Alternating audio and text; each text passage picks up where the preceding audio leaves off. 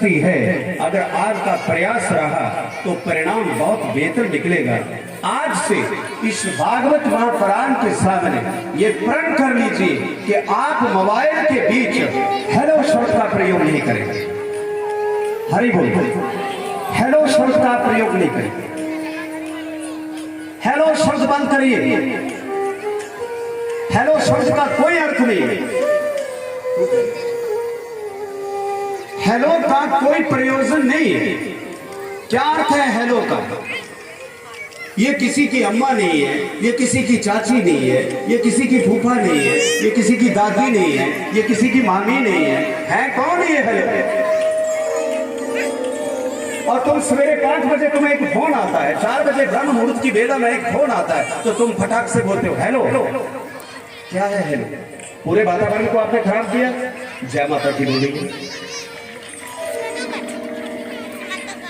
जय श्री कृष्ण बोलिए, हरे कृष्ण बोलिए, जय गुरुदेव बोलिए, जय भोलेनाथ बोलिए, हरि शरण बोलिए, शिव शिव बोलिए, राम राम बोलिए, शाम शाम बोलिए। इतने धनी हो आप अपनी संस्कृति को, ऐसी दरिद्रता को गले लगा करके आप अपना मुंह खराब करते हो और पूरे वातावरण को भी खराब करते हो, जब जिस चीज का कोई अर्थ ही नहीं है। इसलिए इस बात का पूरा प्रण कर लो, हेलो छोड़ेंगे, राम राम बोलेंगे।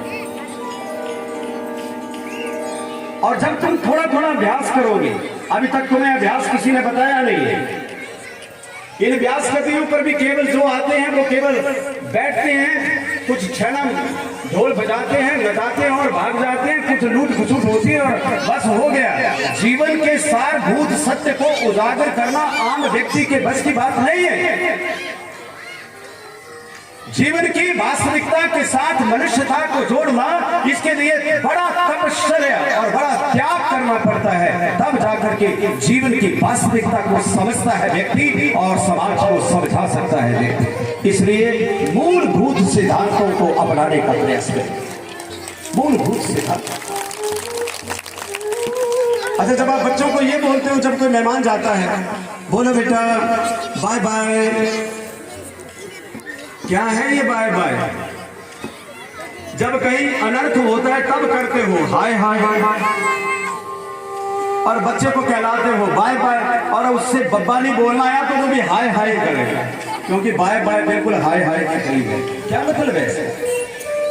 क्या है टाटा बाय हाय? क्या क्या उसी बात है। जीवन में इन बातों को समझने की कोशिश करो आप। और परिवर्तन, एक परिवर्तन की लहर विश्व, इस वक्त पूरे राष्ट्र के बीच एक परिवर्तन की लहर चल रही है। इस परिवर्तन में आपको परिवर्तित होना है, आपको बदलना है, आपको बदलना पड़ेगा अपने हक के वास्ते। वक्त के इस दौर में अब गिड़गिड़ाना बंद है। वक्त के इस दौर में अब गिड़गिड़ाना बंद है। आपको लड़ना पड़ेगा अपने हक, ये आपके अधिकार है। आप अपने अधिकारों की उपेक्षा मत करिए। तीसरी चौथी बात, एक जो मेरी तकलीफ है वो मैं आपको बता रहा हूं।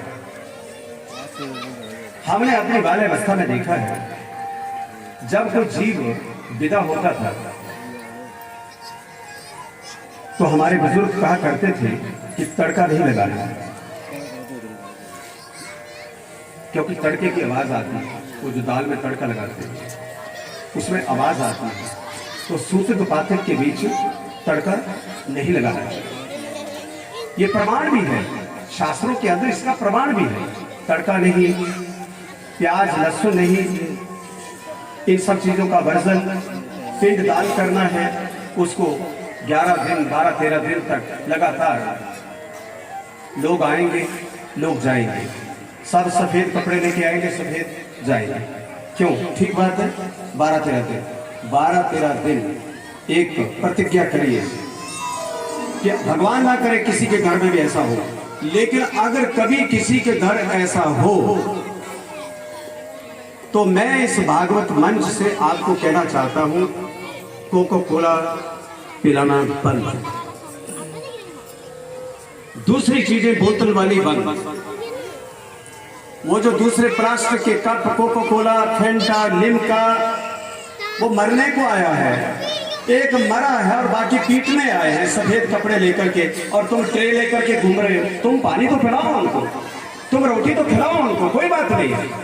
सागर आप भोजन, सादा फल आप करिए सबके साथ, लेकिन तुम ऐसे लगता है जैसे कि कोई पर्व त्योहार मना रहा हो, जैसे कोई फंक्शन कर रहा हो अपने घर के अंदर, कि घुमा रहे हैं आप लाल लाल पानी, और अभी तक सूत्र की बात समाप्त नहीं हुआ है। ये गलत बात है। प्रण करो, आप नींबू का पानी पिलाएंगे, आप सादा पानी पिलाएंगे, लेकिन 11 और 13 दिन तक आप किसी को भी कोका कोला, लिम्का इत्यादि नहीं पिलाएंगे। भूखे हैं वो इस लिम्के के और इस कोका कोला के, पिया नहीं क्या कभी? मरने पर भी यही काम चलेगा क्या? अरे 10-12 दिन तो काट लो चैन से, 10-12 दिन तो जीव को कम से कम थोड़ा नियंत्रण, ताला मरवाओ, मारो। पीना ही नहीं चाहिए, अगर कोई दे तो पियो मत, बोल दो कि सादा पानी चाहिए। लोग दिखावा दिखाते हैं बहुत ज्यादा, दिखावा दिखाओ, मंदिर में जाकर के बनाओ ना मूर्ति, कोई वहां सजाओ, वहां लंगर लगाओ, गरीबों को बांटो, कुछ करो ऐसा।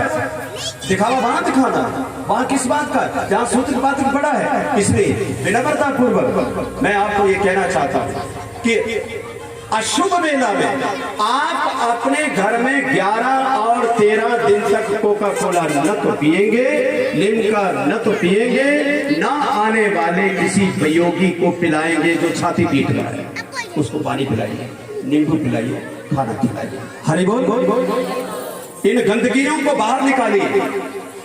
ये जो कुछ भी उल्ट पलट हो रहा है ये ठीक नहीं है, अशुभ हो रहा है, और इस अशुभता का विस्तार होता चला जा रहा है। इन गलतियों के खमियाजे भी हम भोग रहे हैं, लेकिन फिर भी हम हैं कि मानते नहीं, हम हैं कि समझते इन बातों। तो आज श्रीमद् भागवत महापुराण का